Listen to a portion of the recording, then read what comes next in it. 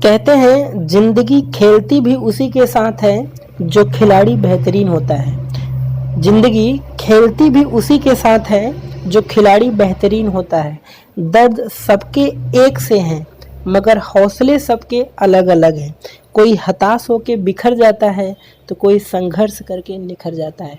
Hello guys, my self Vinay Kumar Bin and welcome to my channel Chem Tube by Vinay sir. तो आज हम लोग start करने वाले हैं बायोमॉलिक्यूल। ठीक है, तो जितने भी जनरली ये देखा गया है कि जितने भी इनऑर्गेनिक चैप्टर हैं या फिर थ्योरेटिकल चैप्टर हैं तो बच्चों को थोड़ा सा इनको पढ़ने में एनसीईआरटी रीड करने में थोड़ा सा क्या होता है, आलस आता है या फिर एक दो पैरा पढ़ते हैं उनको नींद आने लगता है। तो इसीलिए मैंने जितने भी इनऑर्गेनिक के चैप्टर हैं और जितने भी थ्योरेटिकल चैप्टर हैं उनको एनसीईआरटी को आपको अच्छे से रीड करना सिखाता हूँ कि किस तरह से क्वेश्चन अराइज करते हैं। और मेरी ये गारंटी है, अगर आपने एनसीईआरटी केमिस्ट्री को इस तरह से पढ़ लिया तो डेफिनेटली कोई भी बोर्ड एग्ज़ाम हो या फिर कोई भी कंपटीशन के एग्ज़ाम हो, अगर इस पैरा से क्वेश्चन आएंगे तो आप डेफिनेटली सॉल्व कर लोगे उस क्वेश्चन को।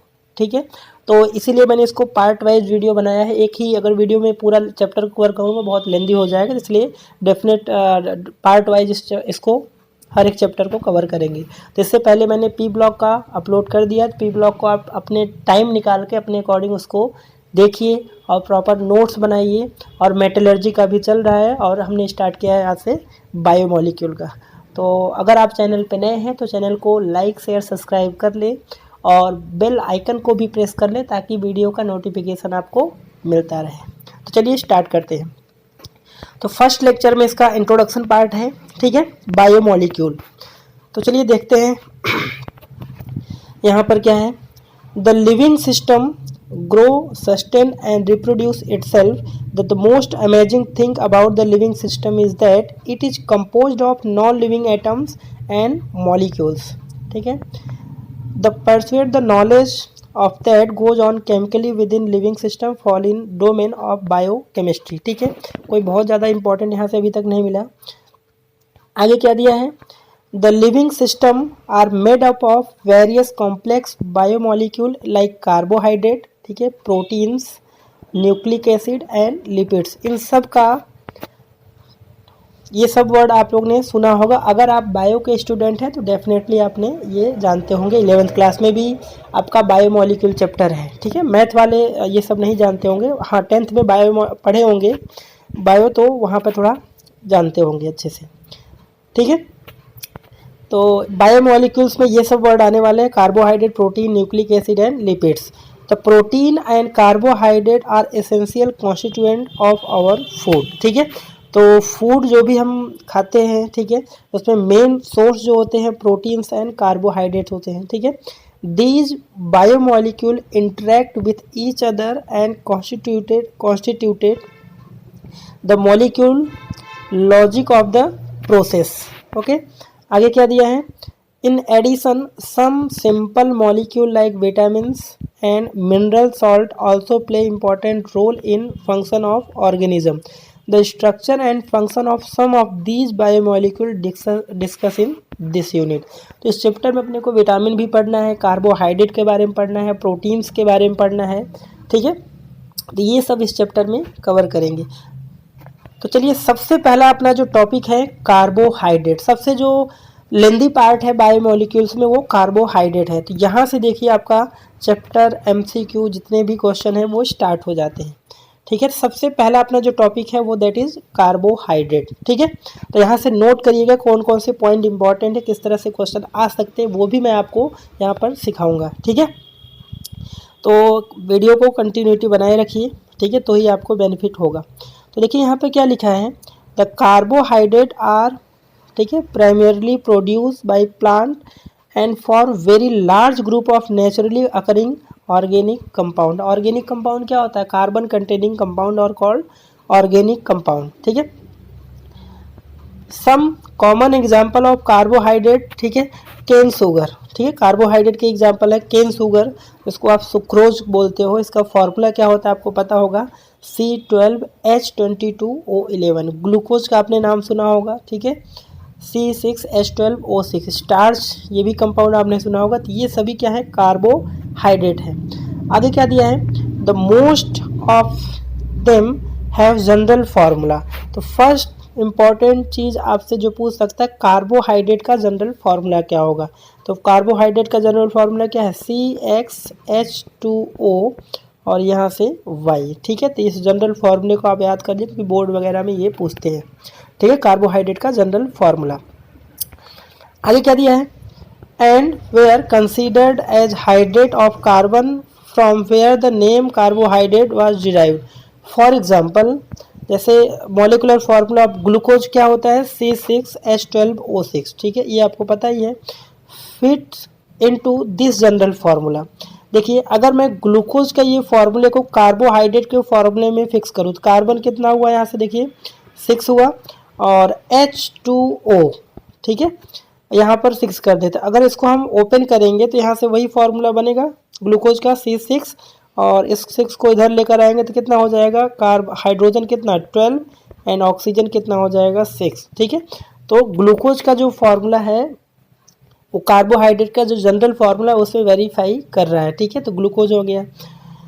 बट आगे क्या दिया देखिए यहाँ पर, but all the compound which fit in this formula में not be classifies as carbohydrate. ऐसा नहीं है कि सारे जो कंपाउंड है अगर जनरल फार्मूला के इसके कार्बोहाइड्रेट के वेरीफाई कर रहा है तो इसका मतलब ये नहीं है कि वो कार्बोहाइड्रेट ही होगा। और इसका एक एग्जांपल दिया है। फॉर एग्जांपल, जैसे एसिटिक एसिड आपको पता ही है, इथेनोइक एसिड को बोलते हैं, जो कि विनेगर में होता है। विनेगर क्या होता है, 7 to 8% aqueous solution of acetic acid called vinegar. Okay, तो एसिटिक एसिड का देखिए यहाँ पर है, अगर मैं इसके फॉर्मूले में रखूँ, यहाँ पर देखिए कार्बन कितने हैं, 2 हैं, तो C2 और यहाँ पर मैं H2O यहाँ से रखूँ और यहाँ पर 2 कर दूँ। देखिए ये जनरल कार्बोहाइड्रेट के जनरल फार्मूले को वेरीफाई कर रहा है।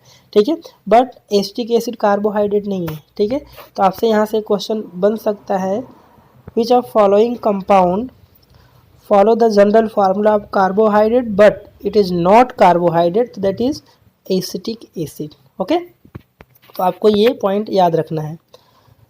ठीक है, यहाँ पे लिखा हुआ है देखिए, for example acetic acid fit into general formula of carbohydrate but not carbohydrate. ठीक है, सिमिलरली कुछ ऐसे भी एग्जांपल हैं। सिमिलरली रेफनोज, ठीक है, रेमनोज आप ध्यान रखिए, ये इसका फार्मूला है।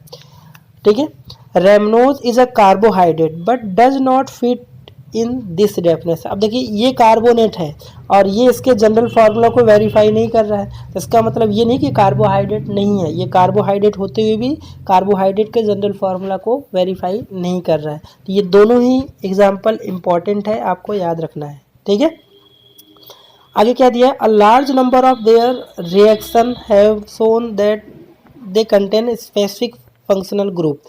केमिकली कार्बोहाइड्रेट के यहाँ पे देखिए डेफिनेशन आपको दिया हुआ है।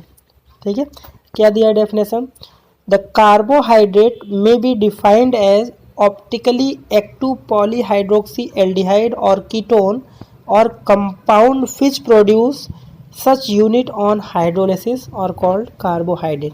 तो ऑप्टिकली एक्टिव जो कंपाउंड होते हैं वो हम आगे डिस्कस करेंगे। पॉली का मतलब होता है मेनी, हाइड्रोक्सी मतलब OH ग्रुप, मतलब ऐसा कार्बोहाइड्रेट जिसमें एल्डिहाइड हो और उसमें बहुत सारे OH ग्रुप हो, या फिर कीटोन होते हुए उसमें बहुत सारे पॉलीहाइड्रोक्सी कंपाउंड हो। ठीक है, तो उसको हम क्या बोलते हैं, carbohydrate. Some of carbohydrate which are sweet in taste, कुछ मीठे होते हैं, जैसे शुगर, केन शुगर, ये कार्बोहाइड्रेट मीठा है। And most common sugar use in our home name as sucrose. ठीक है, whereas sugar present in milk is known as lactose. तो आपको पता है मिल्क में कौन सा शुगर होता है, लैक्टोज होता है, जो लैक्टोबैसिलस एंजाइम होता है जो मिल्क को कर्ड में कन्वर्ट करता है। ये सब आपने 10th क्लास में पढ़ा होगा। ठीक है, आगे क्या दिया है देखिए, कार्बोहाइड्रेट्स, ठीक है, आर ऑल्सो कॉल्ड सैक्राइड और सैक्रोन्स मीन्स शुगर होता है। ठीक है, तो ये कार्बोहाइड्रेट के 2-3 पॉइंट इंपॉर्टेंट है, आपको इन पॉइंट को नोट कर लेना है। ठीक है, चलिए अब आते हैं हम लोग क्लासिफिकेशन पे, कार्बोहाइड्रेट के क्लासिफिकेशन पे। ये भी बहुत इंपॉर्टेंट टॉपिक है। तो सबसे पहला देखिए, carbohydrate are classify on the basis of their behaviour on hydrolysis may have been broadly divided into 3 group. ठीक है, तो सबसे पहला देखिए यहाँ पर मोनोसैक्राइड है। ठीक है, मोनोसेक्राइड। मोनो का मतलब क्या होता है, वन, ठीक है। तो क्या लिया है, देखिए carbohydrate that can not be hydrolysed further to give simpler unit of polyhydroxy aldehyde or ketone are known as monosaccharide. Monosaccharide का मतलब वन, मतलब ऐसा कार्बोहाइड्रेट जिसको हम हाइड्रोलाइज करके फर्दर उसको सिंपलर कार्बोहाइड्रेट में ब्रेक डाउन नहीं कर सकते, तो ऐसे को क्या बोलते हैं, मोनोसेक्राइड, ठीक है। ये हो गया इसका डेफिनेशन पार्ट। आगे क्या दिया है, the about 20 monosaccharides are known to occur in nature. तो आपसे सीधा सा क्वेश्चन बन सकता है कि नेचर में अप्रोक्स कितने मोनोसेक्राइड नोन है, 20 मोनोसेक्राइड। और इसके एग्जाम्पल भी इंपॉर्टेंट है, देखिए कम एग्जाम्पल है ग्लूकोज, ग्लूकोज याद रखना है, फ्रक्टोज याद रखना है, राइबोज याद करना है कि ये तीनों के तीनों क्या है, मोनोसेक्राइड है। एंड ग्लूकोज एंड फ्रक्टोज का दोनों का जो मॉलिकुलर फार्मूला होता है वो C6H12O6 होता है, ठीक है। ग्लूकोज में एल्डिहाइड फंक्शनल ग्रुप होता है और फ्रक्टोज में कीटोन ग्रुप होता है। इसके बारे में हम लोग आगे डिस्कशन करेंगे, ओके। तो कौन कौन से मोनोसेक्राइड हैं, glucose, fructose and ribose, okay. Second जो क्लासिफिकेशन है दैट इज ओलिगोसेक्राइड, ठीक है, ओलिगोसेक्राइड। तो ओलिगोसेक्राइड क्या होते हैं, the carbohydrate that L2 to 10 monosaccharide unit on hydrolysis is called oligosaccharide. मतलब ओलिगोसेक्राइड वो कार्बोहाइड्रेट होते हैं जिनको अगर हम हाइड्रोलाइज करें तो अप्रोक्स 2 से लेके कितना 10 सिंपलर मोनोसेक्राइड में टूट जाएं, ठीक है। तो ऐसे कार्बोहाइड्रेट को क्या बोला जाता है, ओलिगोसेक्राइड, ठीक है, क्लियर है, ठीक है। अब यहाँ पे देखिए आगे क्या दिया है, दे आर फर्दर क्लासीफाइज है। अब देखिए ओलिगो जो होता है लगभग 2 से लेके 10 सिंपलर मोनोसेक्राइड में टूटेगा। तो अगर 2 में टूट रहा है तो उसको बोलेंगे डाइसेक्राइड, अगर 3 में टूट रहा है तो उसको ट्राइसेक्राइड, अगर 4 में टूटेगा तो उसको टेट्रासेक्राइड, इसी तरह से 5, 6, 7, 10 होगा तो उसको डेकासेक्राइड बोलेंगे, ठीक है। और डिपेंड कर रहा है कितने में मोनोसेक्राइड में टूट रहा है। इतना आई होप आपको इतना क्लियर हो गया होगा। आगे बढ़ते हैं। They provide on hydrolysis amongst these of most common disaccharide जो है 2 मोनोसेक्राइड यूनिट, ठीक है, 2 monosaccharide unit obtain on hydrolysis of disaccharide same or may be different. मतलब डाइसेक्राइड जो टूट रहे हैं 2, ठीक है, तो वो सेम भी हो सकते हैं और डिफरेंट भी हो सकते हैं, ठीक है।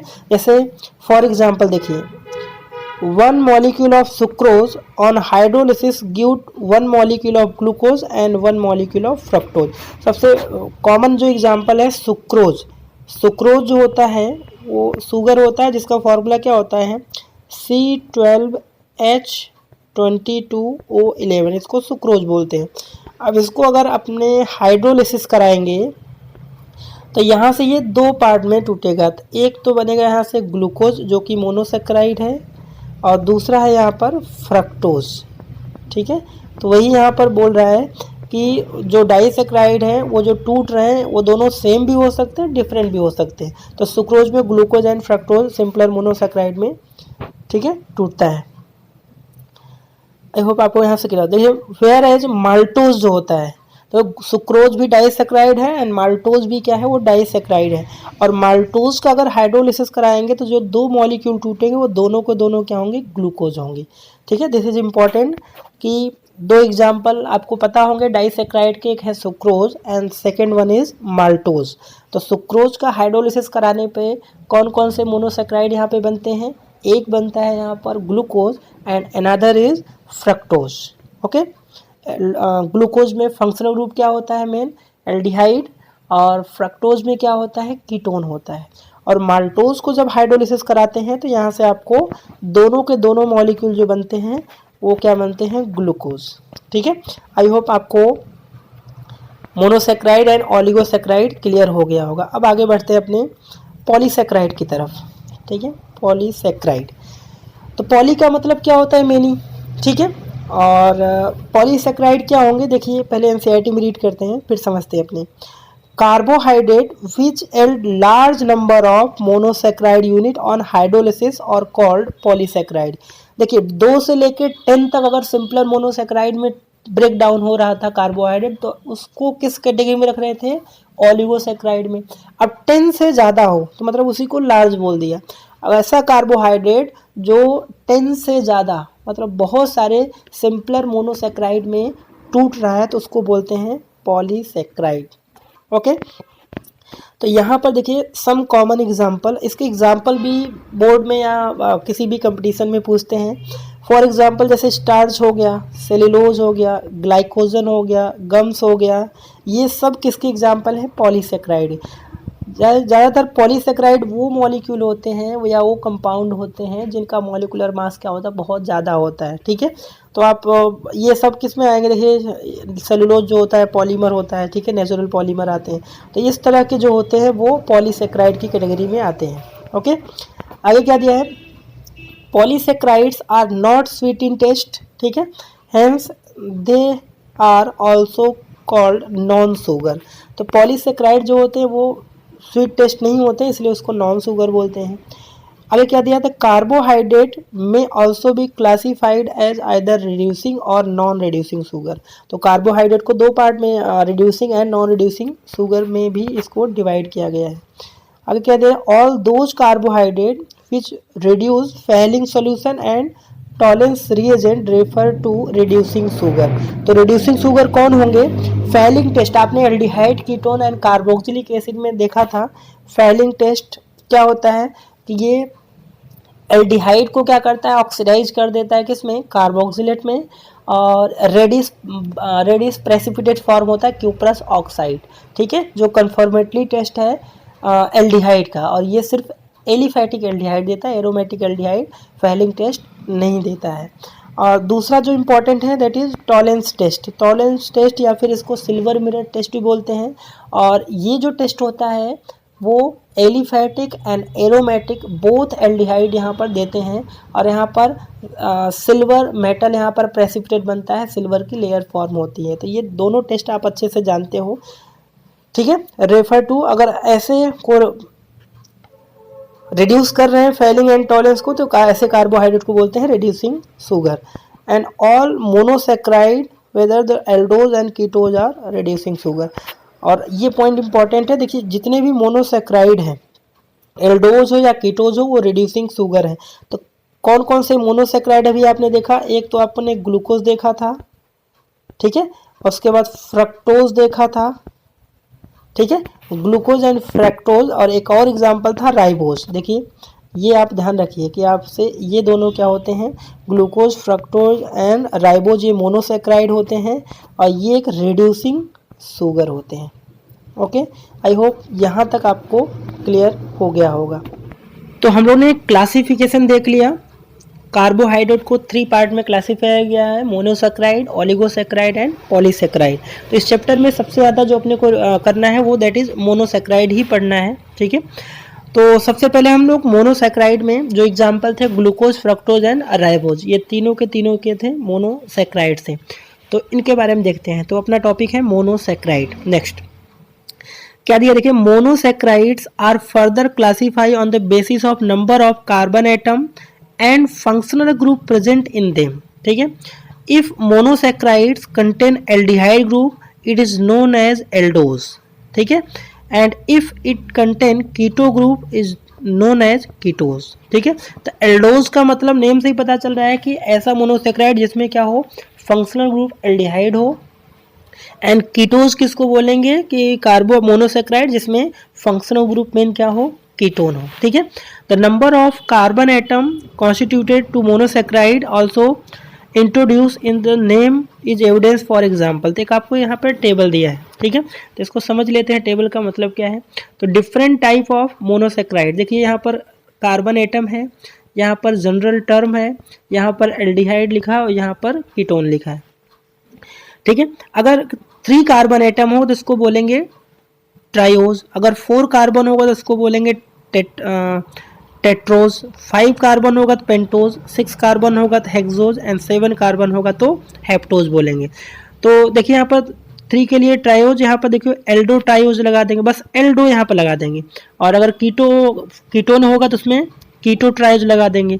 इसी तरह से aldo tetraose and keto tetrose लगाएंगे, aldo pentose and aldo keto pentose, उसके बाद aldo hexose and keto hexose and aldo heptose, then ketoheptose. तो मतलब किस तरह से उनको प्रोनाउंसिएट करना है, एल्डिहाइड होगा, कीटोन होगा, तो ये आपको यहाँ पर समझाया है। ओके, चलिए, तो सबसे पहला जो मोनोसेक्राइड है दैट इज ग्लूकोज। इसके बारे में सबसे जो इम्पोर्टेंट है, फ्रक्टोज से भी ज़्यादा इम्पोर्टेंट यहाँ पर ग्लूकोज होता है। बोर्ड में भी और कंपटीशन के लिए भी जो क्वेश्चन बनता है ज़्यादातर ग्लूकोज से ही बनता है। ठीक है, तो देखिए ग्लूकोज को बहुत ध्यान से करिएगा।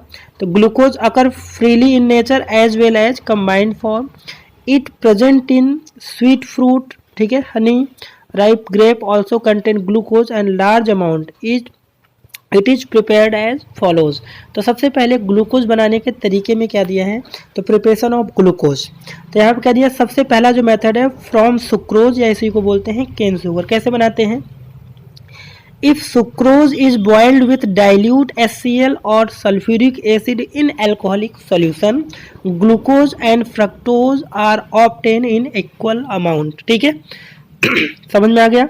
सुक्रोज को बॉयल करना है with dilute HCl, hydrochloric acid या फिर sulphuric acid in alcoholic solution, तो आपको इक्वल अमाउंट में ग्लूकोज एंड फ्रक्टोज ऑब्टेन हो जाएंगे। चलिए रिएक्शन देखते हैं। यहाँ पर देखिए रिएक्शन लिखा है, सुक्रोज का फॉर्मूला पता ही है आपको, C12H22O11 है। इसका मॉलिकुलर मास जो होता है 342 होता है, ये भी आप याद रखिएगा। ये हाइड्रोलिसिस करा रहे हैं एसिडिक मीडियम में, और एसिड यहाँ पर डाइल्यूट लेंगे हम HCl या फिर सल्फ्यूरिक एसिड, तो यहाँ से आपको ग्लूकोज एंड फ्रक्टोज दोनों मिल जाएंगे। तो ये ग्लूकोज का प्रिपरेशन में आ सकता है। ठीक है, सेकेंड मेथड जो फ्रॉम स्टार्च, ये कॉमर्शियल मेथड है, मतलब लार्ज स्केल पे जो बनाते हैं वो फर्स्ट मेथड से नहीं, वो हम स्टार्च से बनाते हैं। कैसे बनाते हैं देखिए, commercial glucose is obtain by hydrolysis of starch by boiling it with dilute sulphuric acid at 393 kelvin under pressure.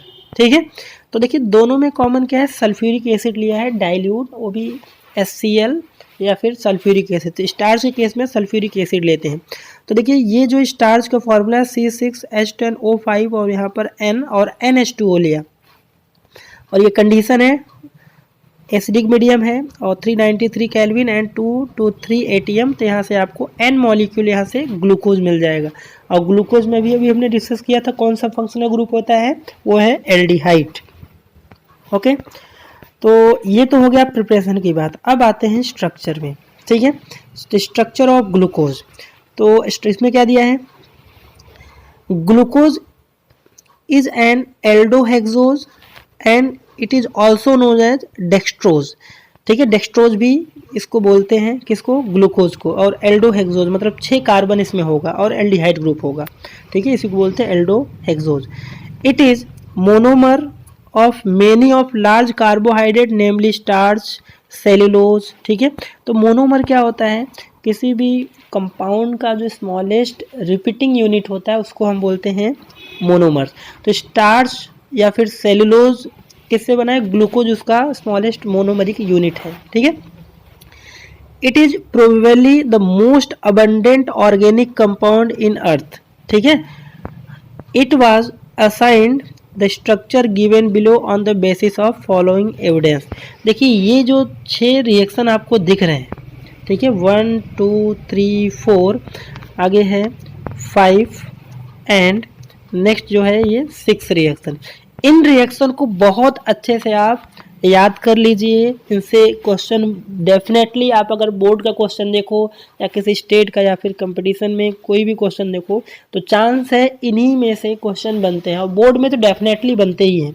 ठीक है, तो इनको बहुत ध्यान से देखिएगा आप 6 के 6 पॉइंट को।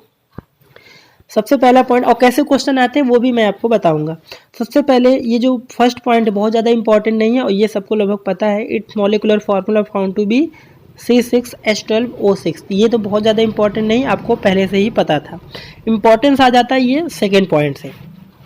ठीक है, तो यहाँ पर देखिए, on prolonged heating with HI मतलब हाइड्रोजन आयोडाइड। ठीक है, तो ग्लूकोज के बारे में दे रहा है कि ग्लूकोज को अगर हम हाइड्रोजन आयोडाइड के साथ हीट करेंगे कुछ टाइम के लिए, तो ये क्या होगा, it form n hexane suggesting that all 6 carbon atom are linked in a straight chain। ठीक है। तो अगर हमने ग्लूकोज को, ये ग्लूकोज का स्ट्रक्चर हो, अगर इसका ओपन स्ट्रक्चर बनाया जाए तो इसका ओपन स्ट्रक्चर कुछ इस तरह से होता है। ठीक है, मैं सिखा देता हूँ आपको। यहाँ पर टोटल देखिए, यहाँ पर OH होगा, यहाँ पर H होगा, यहाँ पर OH होगा, यहाँ पर OH होगा, और यहाँ पर CH2OH होगा, यहाँ पर H, यहाँ पर OH, H। ये है ओपन स्ट्रक्चर। आगे हम लोग डिस्कस करेंगे, इसकी ज़रूरत पड़ने वाली है। तो 6 कार्बन होते हैं, देखिए 1 2 3 4 5 6। ठीक है, 6 कार्बन है। और अगर इसको हमने हाइड्रोजन आयोडाइड के साथ हीट कर दिया तो ये देखिए पूरा फंक्शनल ग्रुप एल्डिहाइड OH सब गायब हो गया, और यहाँ से एन हेक्सेन कंपाउंड बना लिया। देखिए 6 कार्बन का स्ट्रेट चेन हाइड्रोकार्बन एल्केन बना रहा है, हेक्सेन। ठीक है, तो ये आप याद कर लीजिए अच्छे से। ठीक है, थर्ड जो पॉइंट है, थर्ड जो प्रॉपर्टीज दिया है, glucose react with hydroxyl amine. ठीक है, hydroxyl amine to form an oxime. ठीक है, add the molecule of hydrogen cyanide, और अगर हाइड्रोजन साइनाइड से करोगे टू गिव साइनोहाइड्रिन। ठीक है, these reaction confirm presence of carbonyl group in glucose. तो कार्बोनाइल पहले ग्रुप क्या होता है वो पता होना चाहिए। कार्बोनाइल ग्रुप CO ग्रुप को बोलते हैं कार्बोनाइल ग्रुप। ठीक है, और अगर क्वेश्चन यहाँ पर आ गया, ठीक है, कि आप ये कैसे प्रूव करोगे कि जो एल्डिहाइड ग्लूकोज होता है उसमें कार्बोनाइल ग्रुप प्रेजेंट है। ठीक है, how do you test the carbonyl group present in a glucose compound. तो फिर आपको यही पॉइंट लिखना पड़ेगा। ठीक है, तो देखिए दोनों यहाँ पर है। पहला रिएक्शन ये दिया है कि एक ग्लूकोज है और इसको NH2OH को बोलते हैं हाइड्रोक्सिल अमाइन। इसके साथ रिएक्शन कराएंगे तो आपको देखना बस क्या है कि कहाँ पर चेंजेज आ रहा है। तो देखिए ग्लूकोज का ये वाला जो पोर्शन है, ये वाला पोर्शन, यहाँ पे कोई चेंज नहीं आ रहा है, बस चेंजेस कहाँ पर हो रहा है बस उसी को आपको याद रखना है। तो देखिए चेंजेस सिर्फ यहाँ पर हो रहा है। ठीक है, बाकी सब जैसा ग्लूकोज था वैसा इसमें भी है, ऑक्सिम। इस कंपाउंड को ही बोलते हैं क्या, ऑक्सिम। ठीक है, तो हाइड्रोक्सिल अमाइन से जब ग्लूकोज को कराते हैं तो ऑक्सिम कंपाउंड बनता है, और बहुत आसान से है। यहाँ पर चेंजेस देखिए CH डबल बॉन्ड NOH। ठीक है, ये चीज़ यहाँ से बना रहा है, इसी को बोलते हैं ऑक्सिम। तो ये कन्फर्मेटरी टेस्ट है कि ग्लूकोज में कार्बोनाइल ग्रुप प्रेजेंट होता है। और सिमिलरली जो दूसरा रिएक्शन है, पहला रिएक्शन तो ये हो गया कन्फर्म, और सेकंड है कि ग्लूकोज को अगर HCN के साथ रिएक्शन कराएंगे तो देखिए यहाँ पर भी बस चेंजेज यहाँ पर आ रहा है, तो इसी कंपाउंड को बोलते हैं साइनोहाइड्रिन कंपाउंड। ठीक है, कैसे हुआ वो भी मैं समझा रहा हूँ। यहाँ पर देखिए ये जो कार्बन है इसमें कार्बोनाइल ग्रुप होता है C, और ये चीज़, और जब इसको हम HCN से रिएक्शन कराते हैं तो CN पे माइनस चार्ज आता है, H पे प्लस चार्ज, और यहाँ पर CO में पोलैरिटी है तो इस पे नेगेटिव चार्ज, इस पे क्या जाएगा, पॉजिटिव चार्ज आएगा। तो H जाएगा इस ऑक्सीजन के पास। ठीक है, और ये जो CN है वो आ जाएगा इस कार्बन के पास। तो देखिए यही बनाएगा कि नहीं, जो डबल बॉन्ड था वो ब्रेक हो गया। ठीक है, तो इसमें रटने वाली भी चीज़ नहीं है, आप इसको समझ सकते हैं। फोर्थ जो है, glucose get oxidise to 6 carbon carboxylic acid which is known as gluconic acid on reaction with mild oxidising agent like bromine water. तो फर्स्ट ऑफ ऑल आपको ये पता होना चाहिए कि माइल्ड मतलब मीडियम ऑक्सीडाइजिंग एजेंट, ब्रोमीन जो होता है, ब्रोमीन वाटर, वो माइल्ड ऑक्सीडाइजिंग एजेंट होता है। ठीक है, और वो क्या करता है, एल्डिहाइड ग्रुप को कार्बोक्सिलिक में कन्वर्ट करता है। बाकी देखिए ये दोनों सेम है यहाँ पर, बस इसी को ध्यान रखना है आपको।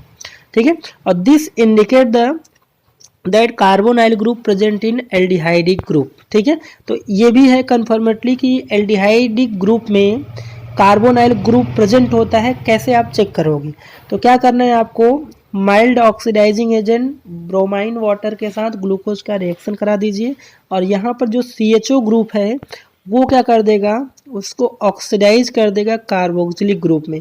और ऑक्सीडेशन क्या होता है, एडिशन ऑफ ऑक्सीजन। ठीक है, तो यहाँ से ग्लूकोज को ग्लूकोनिक एसिड में कन्वर्ट कर देगा। आई होप ये भी आपको क्लियर हो गया है। नेक्स्ट जो रिएक्शन है देखिए fifth, acetylation of glucose with acetic anhydride give glucose penta acetate which confirm the presence of 5 OH group. ठीक है, तो ये भी इम्पॉर्टेंट है कि आपको अगर कंफर्म करना हो कि ग्लूकोज में 5 OH ग्रुप हैं तो कौन सा रिएक्शन आप कराओगे, कैसे आप टेस्ट करोगे। तो वही चीज़ है कि यहाँ पर एसिड एनहाइड्राइड के साथ रिएक्शन करा दो, किसका, ग्लूकोज का, तो वो 5 जो OH ग्रुप है उसको कन्वर्ट कर देगा, ठीक है, पेंटा एसीटेट विच कन्फर्म, तो पेंटा एसीटेट में कन्वर्ट कर, since it exist at stable compound 5 OH group should be attach to different carbon atom.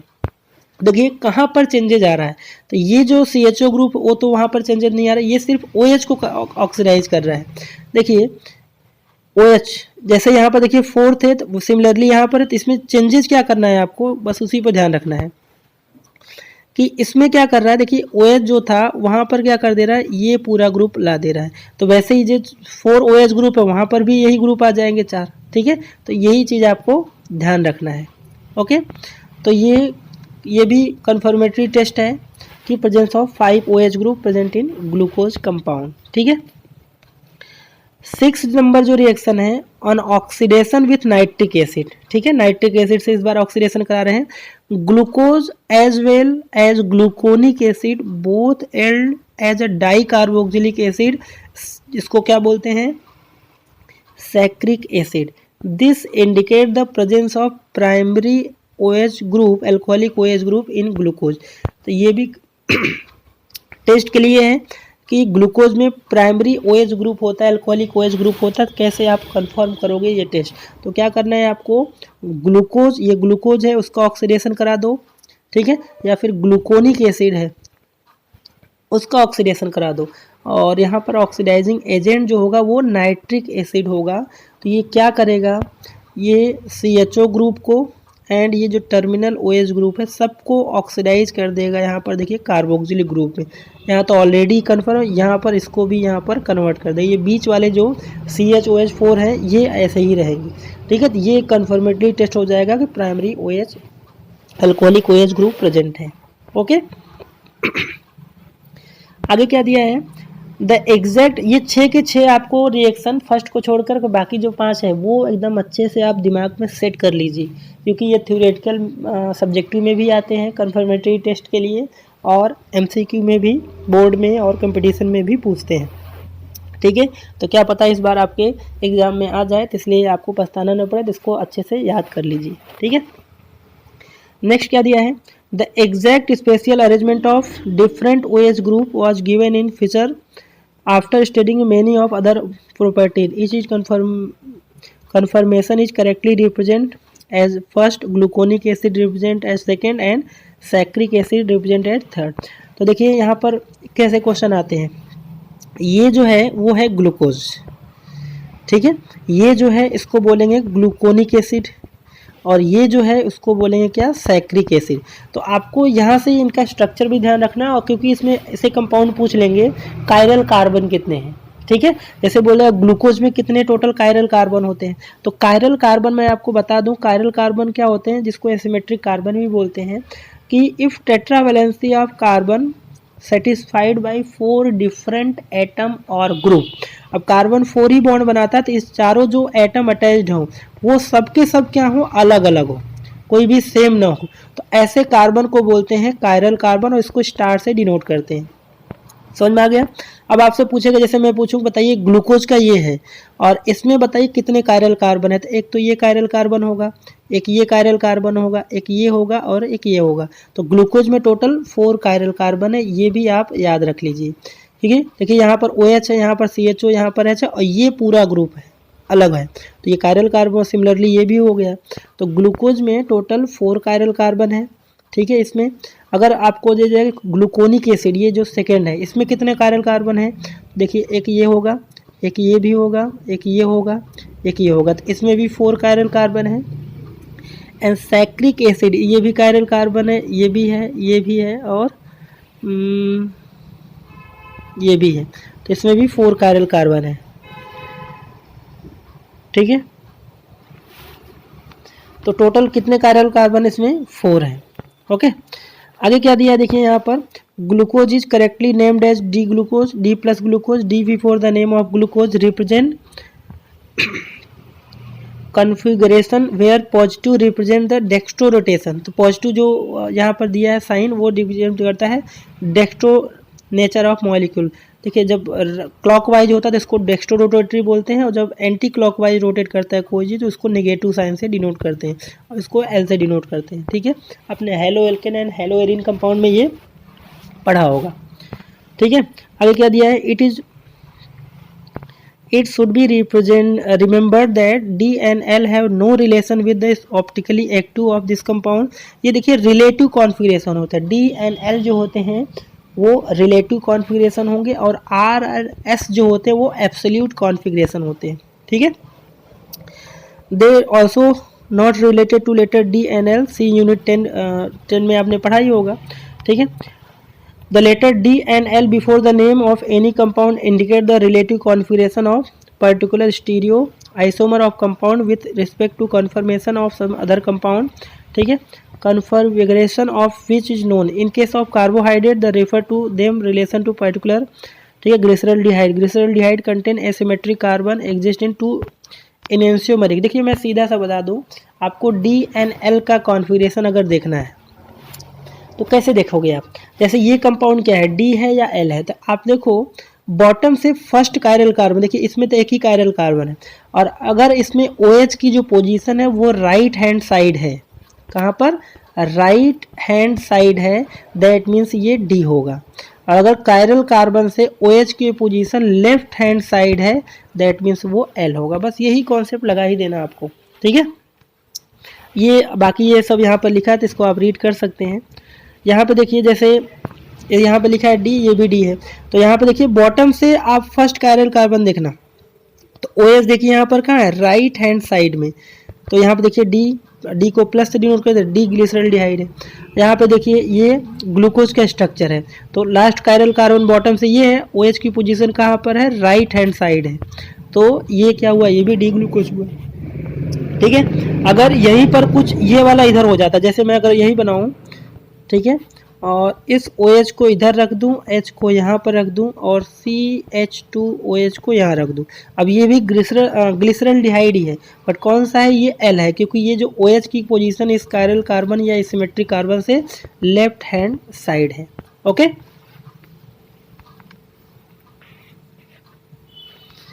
I hope clear हो गया। अभी हम साइक्लिक जो स्ट्रक्चर है ग्लूकोज का वो सेकंड लेक्चर में पढ़ेंगे, तो आपको इतने का आपको नोट्स बना लेना है। चलिए मिलते हैं हम लोग नेक्स्ट लेक्चर में। Thank you.